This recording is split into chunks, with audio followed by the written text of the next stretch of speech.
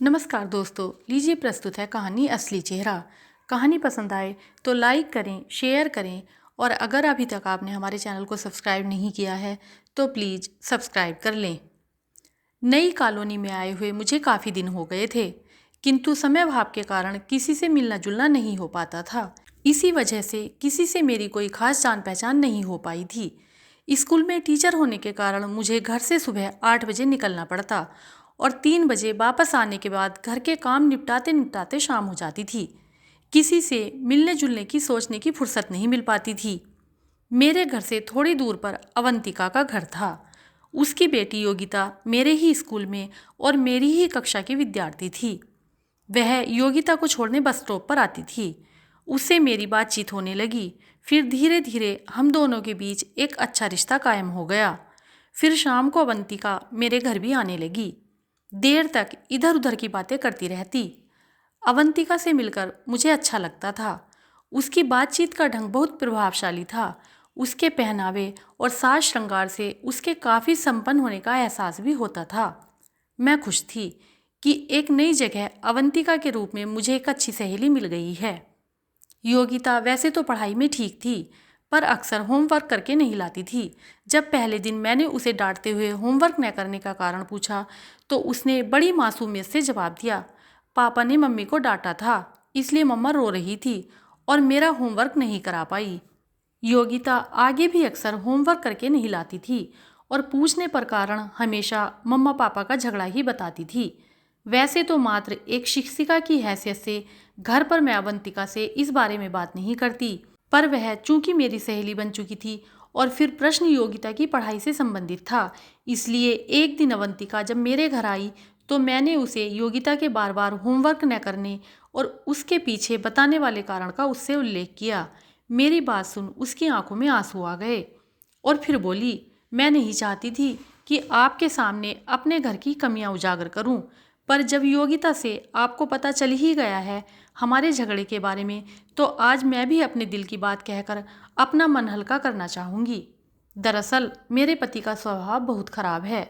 उनकी बात बात पर मुझ में कमियां ढूंढने और मुझ पर चीखने चिल्लाने की आदत है। लाख कोशिश कर लूं, पर मैं उन्हें खुश नहीं रख पाती। मैं उन्हें हर तरह से बेसलीकेदार लगती हूँ। आप ही बताएं, आपको मैं बेसलीकेदार लगती हूँ? क्या मुझे ढंग से पहनना ओढ़ना नहीं आता या मेरे बातचीत करने का तरीका अशिष्ट है? मैं तो तंग आ गई हूँ रोज रोज के झगड़े से, पर क्या करूँ? बर्दाश्त करने के अलावा कोई रास्ता भी तो नहीं है मेरे पास। मैं तुम्हारे पति से 2-4 बार बस स्टॉप पर मिली हूँ।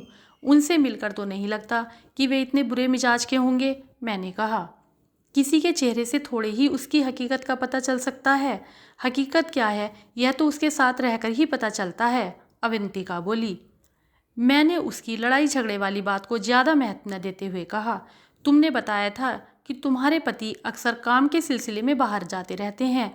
वे बाहर रहते हैं तब तो तुम्हारे पास घर के काम और योगिता की पढ़ाई दोनों के लिए काफ़ी समय होता होगा। तुम्हें योगिता की पढ़ाई पर ध्यान देना चाहिए। किसी एक के ख्याल रखने से क्या होगा? उसके पापा को तो किसी बात की परवाह ही नहीं होती। बेटी सिर्फ मेरी ही तो नहीं है, उनकी भी तो है। उन्हें भी तो अपनी जिम्मेदारी का एहसास होना चाहिए। समय नहीं है तो न पढ़ाएं, पर जब घर में है तब बात बात पर टोका टाकी कर मेरा दिमाग तो खराब ना करें।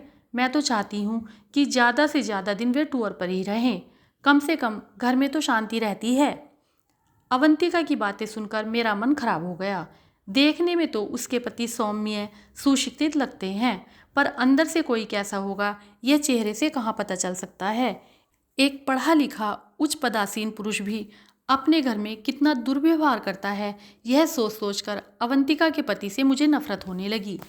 अब अक्सर अवंतिका अपने घर की बातें बेझिझक मुझे बताने लगी। उसकी बातें सुनकर मुझे उससे सहानुभूति होने लगी कि इतनी अच्छी औरत की जिंदगी में एक बदमिजाज पुरुष की वजह से कितनी दुखद हो गई है। पहले जब कभी योगिता को बस स्टॉप पर छोड़ने अवंतिका की जगह योगिता के पापा आते थे, तो मैं उनसे हर विषय पर बात करती थी, किंतु उनकी सच्चाई से अवगत होने के बाद मैं कोशिश करती कि उनसे मेरा सामना न हो, और जब कभी सामना हो ही जाता तो मैं उन्हें अनदेखा करने की कोशिश करती। मेरी धारणा थी कि जो इंसान अपनी पत्नी को सम्मान नहीं दे सकता, उसकी नज़रों में दूसरी औरतों की भला क्या अहमियत होगी। एक दिन अवंतिका काफ़ी उखड़े मूड में मेरे पास आई और रोते हुए मुझसे कहा कि मैं 2000 योगिता के स्कूल टूर के लिए अपने पास से जमा कर दूं। पति के वापस आने के बाद वापस दे देगी। चूंकि मैं योगिता की कक्षा अध्यापिका थी, इसलिए मुझे पता था कि स्कूल टूर के लिए बच्चों को 2000 देने हैं। अतः मैंने अवंतिका से पैसे देने का वादा कर लिया। पर उसका रोना देखकर मैं पूछे बगैर न रह सकी कि उसे पैसे मुझसे लेने की ज़रूरत क्यों पड़ गई। मेरे पूछते ही जैसे अवंतिका के सब्र का बांध टूट पड़ा। बोली, आपको क्या बताऊं, मैं अपने घर की कहानी, कैसे जिंदगी गुजार रही हूं मैं अपने पति के साथ। बिल्कुल भिखारी बनाकर रखा है मुझे। कितनी बार कहा अपने पति से कि मेरा एटीएम बनवा दो, ताकि जब कभी तुम बाहर रहो तो मैं अपनी ज़रूरत पर पैसे निकाल सकूं। पर जनाब को लगता है कि मेरा एटीएम कार्ड बन गया तो मैं गुलछर्रे उड़ाने लगूंगी, फजूल खर्च करने लगूंगी। एटीएम बनवा कर देना तो दूर, हाथ में इतने पैसे भी नहीं देते हैं कि मैं अपने मन से कोई काम कर सकूं। जाते समय 5000 पकड़ा गए। कल 3000 का एक सूट पसंद आ गया तो ले लिया। 1000 ब्यूटी पार्लर में ख़त्म हो गए। रात में 500 का पिज्ज़ा मंगा लिया। अब केवल 500 बचे हैं। अब देख लीजिए, स्कूल से अचानक 3000 मांग लिए गए टूर के लिए, तो मुझे आपसे मांगने आना पड़ा। क्या करूं? दो ही रास्ते बचे थे मेरे पास। या तो बेटी की ख्वाहिश का गला घोटकर उसे टूर पर न भेजूं, या फिर किसी के सामने हाथ फैलाऊं। क्या करती? बेटी को रोता नहीं देख सकती, तो आपके पास आ गई। अवंतिका की बात सुनकर मैं सोच में पड़ गई। अगर 2 दिन के लिए पति 5000 देकर जाता है तो वे कोई कम तो नहीं है, पर उन्हीं 2 दिनों में पति के घर न रहते हुए उन पैसों को आकस्मिक खर्च के लिए संभाल कर रखने के बजाय साज श्रृंगार पर खर्च कर देना तो किसी समझदार पत्नी के गुण नहीं है। शायद उसकी इसी आदत की वजह से ही उसके पति एटीएम या ज़्यादा पैसे एक साथ उसके हाथ में नहीं देते होंगे, क्योंकि उन्हें पता होगा कि पैसे हाथ में रहने पर अवंतिका इन्हीं चीज़ों पर खर्च करती रहेगी। पर फिर भी मैंने यह कहते हुए उसे पैसे दे दिए कि मैं कोई गैर थोड़ी ही हूँ। जब कभी पैसों की ऐसी कोई आवश्यकता पड़े तो कहने में संकोच न करना। कुछ ही दिनों बाद विद्यालय में 3 दिनों की छुट्टी एक साथ पड़ने पर मेरे पास कुछ खाली समय था, तो मैंने सोचा कि मैं अवंतिका की इस शिकायत को दूर कर दूं कि मैं एक बार भी उसके घर नहीं आई। मैंने उसे फ़ोन करके शाम को अपने आने की सूचना दे दी और निश्चित समय पर मैं उसके घर पहुंच गई। पर डोरबेल बजाने से पहले ही मेरे कदम ठिठक गए। अंदर से अवंतिका और उसके पति के झगड़े की आवाज़ें आ रही थी। उसके पति काफ़ी गुस्से में थे। कितनी बार समझाया है तुम्हें कि मेरा सूटकेस ध्यान से पैक किया करो, पर तुम्हारा ध्यान पता नहीं कहाँ रहता है। हर बार कोई न कोई सामान छोड़ ही देती हो तुम। इस बार बनियान और शेविंग क्रीम दोनों ही नहीं रखे थे तुमने। तुम्हें पता है कि गेस्ट हाउस शहर से कितनी दूर है? दूर दूर तक दुकानों का नामो निशान तक नहीं है। तुम अंदाजा भी नहीं लगा सकती कि मुझे कितनी परेशानी और शर्म का सामना करना पड़ा वहाँ पर। इस बार तो मेरे सहयोगी ने हंसी हंसी में कह भी दिया कि भाभी जी का ध्यान कहाँ रहता है सामान पैक करते समय। देखो, तुम 4 दिन बाद घर आए हो, आते ही चीख चिल्लाकर दिमाग न खराब करो। तुम्हें लगता है कि मैं लापरवाह और बेसलीकेदार हूँ, तो तुम खुद क्यों नहीं पैक कर लेते अपना सूटकेस, या फिर अपने उस सहयोगी से ही कह दिया करो आकर पैक कर जाया करे। मुझे क्यों आदेश देते हो? यह अवंतिका की आवाज़ थी। जब मुझे पहले से ही पता होता है कि मुझे जाना है तो मैं खुद ही तो पैक करता हूँ अपना सूटकेस। पर जब ऑफिस में जाने के बाद पता चलता है कि मुझे जाना है तो मेरी मजबूरी हो जाती है कि मैं तुमसे कहूँ कि मेरा सूटकेस पैक करके रखना। मैं तुम्हें कार्यक्रम तय होते ही सूचित कर देता हूँ, ताकि तुम्हें हड़बड़ी में सामान न डालना पड़े। इस बार भी मैंने 3 घंटे पहले ही फ़ोन कर दिया था तुम्हें। जब तुम्हारा फ़ोन आया था उसी समय मैंने चेहरे पर फेस पैक लगाया था। उसे सूखने में तो समय लगता है ना। जब तक वह सूखा तब तक तुम्हारा ऑफिस बॉय आ गया सूटकेस लेने। बस जल्दी में चीज़ें छूट गईं। इसमें मेरी इतनी गलती नहीं है जितना तुम चिल्ला रहे हो। गलती छोटी है या बड़ी, यह तो नतीजे पर निर्भर करता है। 3 दिन मैंने बिना बनियान के शर्ट पहनी और अपने सहयोगी से क्रीम मांगकर शेविंग की। इसमें तुम्हें शर्म का एहसास नहीं है और न ही अफसोस का। तुम्हें तो बस बात को तूल देने की आदत पड़ गई है। कोई दूसरा पति होता तो बीवी बच्चों से मिलने की खुशी में इन बातों का जिक्र ही नहीं करता, और तुम हो कि उसी बात को तूल दिए जा रहे हो। बात एक बार की होती तो भी मैं तूल न देता, पर यह गलती तो तुम हर बार करती हो। कितनी बार चुप रहूं?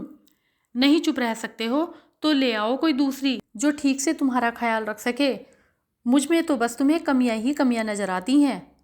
टूर पर गए पति के पास पहनने को बनियान नहीं थी, दाढ़ी करने के लिए क्रीम नहीं थी, अवंतिका की गलती की वजह से। फिर भी वह शर्मिंदा होने के बजाय उल्टा बहस कर रही है। कैसी पत्नी है यह। अवंतिका का असली रूप उजागर हो रहा था मेरे सामने। अंदर के माहौल को सोचकर मैंने उल्टे पांव लौट जाने में ही भलाई समझी। पर ज्यों ही मैंने लौटने के लिए कदम बढ़ाया, अंदर से गुस्से में बड़बड़ाते हुए उसके पति दरवाजा खोलकर बाहर निकल आए। दरवाजे पर मुझे खड़ा देखकर उनके कदम ठिठक गए। बोले, अरे मैम, आप बाहर क्यों खड़ी हैं, अंदर आइए ना। कहकर दरवाजे के एक किनारे खड़े होकर उन्होंने मुझे अंदर आने का इशारा किया। साथ ही अवंतिका को आवाज़ दी, अवंतिका देखो, नेहा मैम आई हैं। मुझे देखते ही अवंतिका खुश हो गई। उसके चेहरे पर कहीं भी शर्मिंदगी का एहसास न था कि कहीं मैंने उसकी बहस को सुन तो नहीं लिया है, किंतु उसके पति के चेहरे पर शर्मिंदगी का भाव साफ नजर आ रहा था। अवंतिका के घर के अंदर पहुंचने से पहले ही पति पत्नी के झगड़े को सुन खिन्न हो चुका मेरा मन अंदर पहुंचकर अवंतिका के बेतरतीब और गंदे घर को देखकर और भी खिन्न हो गया। अवंतिका के हर पल सजे सवरे व्यक्तित्व के ठीक विपरीत उसका घर अकल्पनीय रूप से अस्त व्यस्त था। कीमती सोफे पर गंदे कपड़े और डाइनिंग टेबल पर जूठे बर्तनों के साथ साथ कंघी और तेल जैसी वस्तुएं भी पड़ी हुई थी। योगिता का स्कूल बैग और जूते ड्राइंग रूम में इधर उधर बिखरे पड़े थे। आज तो स्कूल बंद था, इसका मतलब यह सारा सामान कल से ही इसी तरह पड़ा है। बेडरूम का पर्दा खिसक पड़ा था, अतः न चाहते हुए भी वहां मेरी नज़र चली गई। बिस्तर पर भी कपड़ों का अंबार साफ नजर आ रहा था। ऐसा लग रहा था कि धुले कपड़ों को कई दिनों से तह करके नहीं रखा गया। उसके घर की हालत पर अचंभित मैं सोफे पर कपड़े सरकाकर खुद ही जगह बनाकर बैठ गई। आज आप हमारे घर आएंगी, यह सुनकर योगिता बहुत खुश थी। बेसब्री से आपका इंतजार कर रही थी, पर अभी अभी सहेलियों के साथ खेलने निकल गई है। कहते हुए अवंतिका मेरे लिए पानी लेने किचन में गई तो पीछे पीछे उसके पति भी चले गए। मुझे साफ सुनाई दिया वे कह रहे थे, जब तुम्हें पता था कि मैम आने वाली हैं तब तो घर को थोड़ा साफ कर लिया होता। क्या सोच रही होंगी वे घर की हालत देखकर। मैम कोई मेहमान थोड़ी ही हैं, कुछ भी नहीं सोचेंगी। तुम उनकी चिंता न करो और ज़रा जल्दी से चाय पत्ती और कुछ खाने को लाओ। कहकर उसने पति को दुकान पर भेज दिया। उसके घर पहुंचकर मुझे झटके पर झटका लगता जा रहा था। मैं अवंतिका की गृहस्थी चलाने का ढंग देखकर हैरान हो रही थी। 2 दिन पहले ही अवंतिका मेरे घर से चाय पत्ती कहकर लाई थी कि ख़त्म हो गई है, और तब से आज तक खरीद कर नहीं लाई। बार बार कहने और बुलाने के बाद आज पूर्व सूचना देकर मैं आई हूँ, फिर भी घर में चाय के साथ देने के लिए बिस्कुट तक नहीं है। उसके पति के जाने के बाद मैंने सोचा कि अकेले बैठने से अच्छा है अवंतिका के साथ किचन में ही खड़ी हो जाऊं। पर किचन में पहुंचते ही वहां जूठे बर्तनों का अंबार देख और अजीब सी दुर्गंध से घबराकर वापस ड्राइंग रूम में आकर बैठने में ही भलाई समझी। मेरा मन बुरी तरह उचट चुका था। मैं समझ गई थी कि अवंतिका उन औरतों में से है जिनके लिए बस अपना साज श्रृंगार ही महत्वपूर्ण होता है। घर के काम और व्यवस्था से उन्हें कुछ लेना देना नहीं होता और उन पर कोई उंगली न उठा पाए, इसके लिए वे सबके सामने अपने को बेबस और लाचार सिद्ध करती रहती हैं और सारा दोष अपने पति के मत्थे मढ़ देती हैं। उसके घर आने के अपने निर्णय पर मुझे अफसोस होने लगा था। हर समय सजी सवरी दिखने वाली अवंतिका के घर की गंदगी में घुटन होने लगी थी। चाय के कप पर जमी गंदगी को अनदेखा कर जल्दी जल्दी चाय का घूंट भरकर मैं वहाँ से निकल ली। वहाँ से वापस आकर मेरी सोच पलट गई। उसके घर की तस्वीर मेरे सामने स्पष्ट हो गई थी। अवंतिका उन औरतों में से थी जो अपनी कमियों को छिपाने के लिए अपने पति को दूसरों के सामने बदनाम करती हैं। अवंतिका के पति एक सौम्य, सुशिक्षित और सलीकेदार व्यक्ति थे। निश्चित ही वे घर को सुव्यवस्थित और आकर्षक ढंग से सजाने के शौकीन होंगे, तभी तो अपनी मेहनत की कमाई का एक बड़ा हिस्सा उन्होंने घर में कीमती फर्नीचर, पर्दों और शोपीस पर खर्च किया था। पर उनके रखरखाव और देखभाल की जिम्मेदारी तो अवंतिका की ही थी। पर अवंतिका के स्वभाव में घर की सफाई और सुव्यवस्था शामिल नहीं थी। इसी वजह से उसके पति नाखुश और असंतुष्ट होकर उस पर अपनी खींच उतारते होंगे। सुबह सवेरे घर छोड़कर काम पर गए पतियों के लिए घर एक आराम गाह होता है वहाँ के लिए शाम को ऑफिस से छूटते ही पति ठीक उसी तरह भागते हैं जैसे स्कूल से छूटते ही छोटे बच्चे भागते हैं। बाहर की आपाधापी भाग दौड़ से थका पति घर पहुंचकर अगर साफ सुथरा घर और शांत माहौल पाता है तो उसकी सारी थकान और तनाव खत्म हो जाता है। पर अवंतिका के अस्त व्यस्त घर में पहुंचकर तो किसी को भी सुकून का एहसास नहीं हो सकता है। जिस घर के कोने कोने में नकारात्मकता विद्यमान हो वहां रहने वालों को सुकून और शांति कैसे मिल सकती है। सुबह से शाम तक ऑफिस में खटता पति अपनी पत्नी के ही हाथों दूसरों के बीच बदनाम होता रहता है। अवंतिका के घर से निकलते वक्त मेरी धारणा पलट चुकी थी। अब मेरे अंदर उसके पति के लिए सम्मान और सहानुभूति थी और अवंतिका के लिए नफरत। दोस्तों, कहानी सुनने के लिए आपका बहुत बहुत धन्यवाद।